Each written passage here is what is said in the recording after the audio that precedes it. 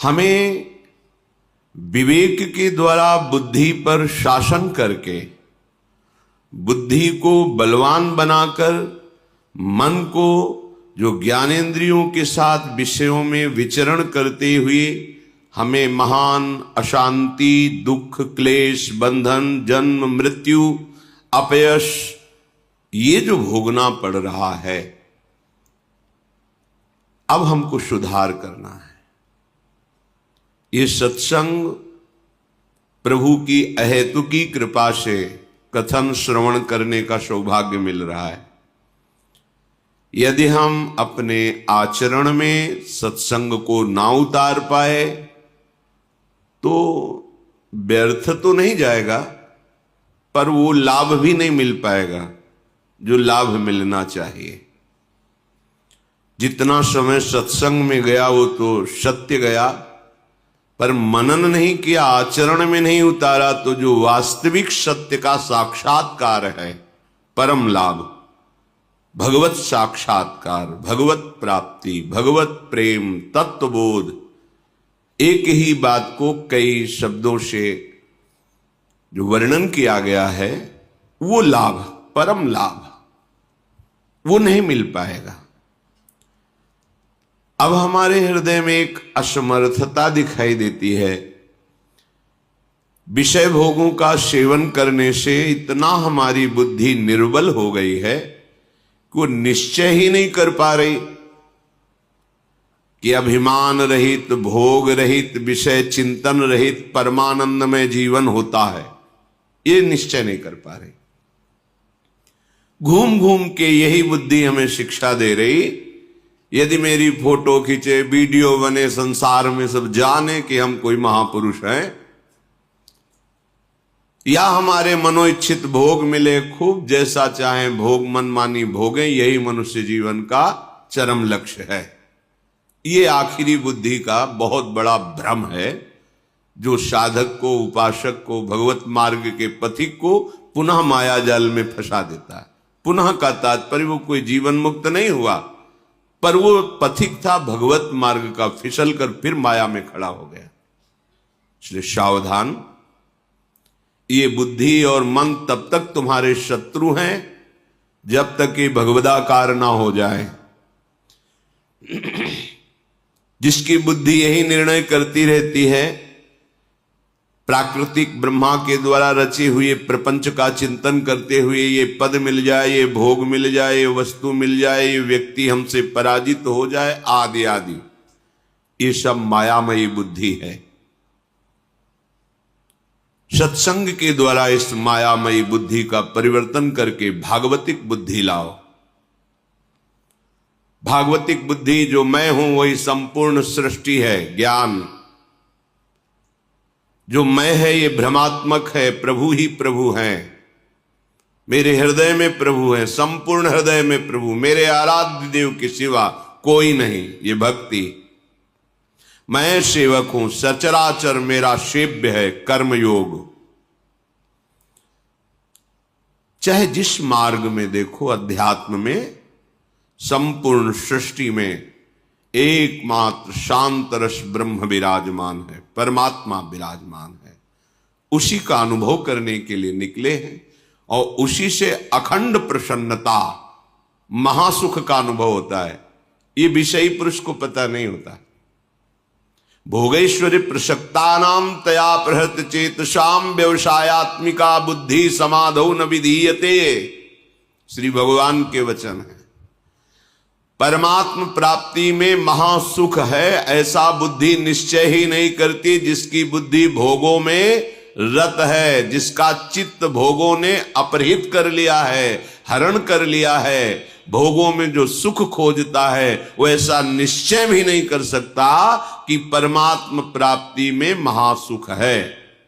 इसलिए श्रीपाद प्रबोधानंद जी महाराज कह रहे हैं, भ्रातर्यर्हि निमीलितासि नयने तत्र क्व कान्तात्मज भ्रातृ स्वाप्त सुहृदगणः क्वच गुणाः कुत्र प्रतिष्ठादयः कुत्राहं कृतयः प्रभुत्व धन विद्या देस्ततः सर्वतः त्वं निर्विद्य सविद्य किं नु न चलस्य अद्यैव वृंदावनम। हे भ्रातः, हे भाई, तुम्हें ये बात पता है?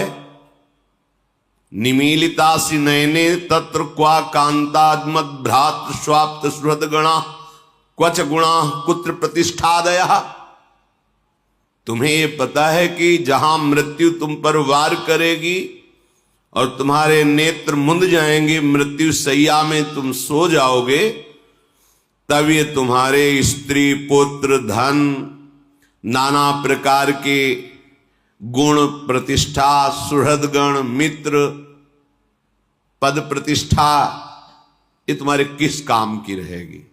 तुम्हें इस बात का पता है? श्रीपाद कह रहे हैं, बहुत ध्यान देने योग्य बात। यही हमारी बुद्धि विचरण करती है, यही हम मांगते हैं कि हमें मिल जाए, उसी के लिए सावधान करते हैं।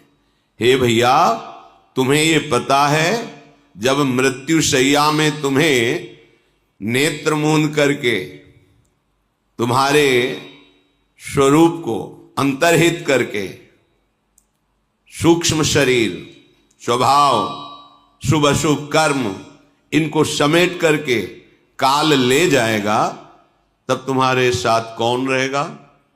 कौन तुम्हारा बचेगा? शरीर यही छूट जाएगा। स्त्री पुत्र मित्र सुहृदगण पद प्रतिष्ठा धन वैभव जो तुम्हारा जितना माना हुआ है ये सब छूट जाएगा। तुम्हें ये पता है? श्रीपाद कह रहे हैं, कुत्राहं कृतयः प्रभुत्व धन विद्याद्यैस्ततः सर्वतः।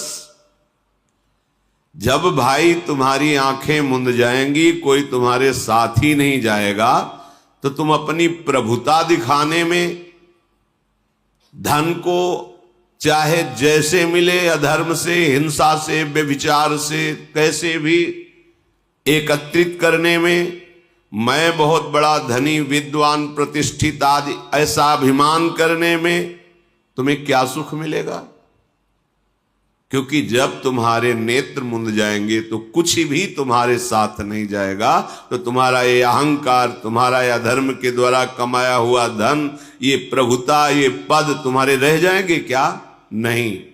तो फिर त्वं निर्विद्य सविद्य किम नु न चलस्यद्यैव वृंदावनम।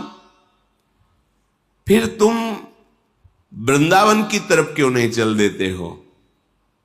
क्योंकि ये तुम्हारे पास जो कुछ भी जितना है सब नाशवान है, आंख मुंदते ही छूट जाएगा। तो वृंदावन में चलने से क्या होगा? बोले एक बार जो वृंदावन आ गया, भले कुछ ही मिनट के लिए, और यहां की रज लग गई, यहां की वायु लग गई, यहां की एक लता को प्रणाम कर लिया, एक वैष्णव को प्रणाम कर लिया, और प्रभु साक्षात श्री विग्रह रूप धारण किए हुए विराजमान है। सच्ची मानिएगा, ये राधा वल्लभ लाल जो, बिहारी जो महाराज, राधा रमन जो लाल, ये साक्षात कहने में भी संकोच होता है। ये प्रिया प्रीतम स्वयं प्रकट है, ये किसी कारीगर की रचना नहीं। और एक क्षण में बात सुनते हैं, आप ऐसा ना समझें आपकी बात निकली और वहां पहुंची, बस नंबर मिलने की बात है। नंबर मिल जाए, नंबर मिल जाना आर्त भाव से विश्वास करके कि प्रभु सामने विराजमान है। हम स्वयं के एक अनुभव की बात बताते हैं। सन्यास वेश में थे, सबसे पहला जब बिहारी जी का दर्शन हुआ,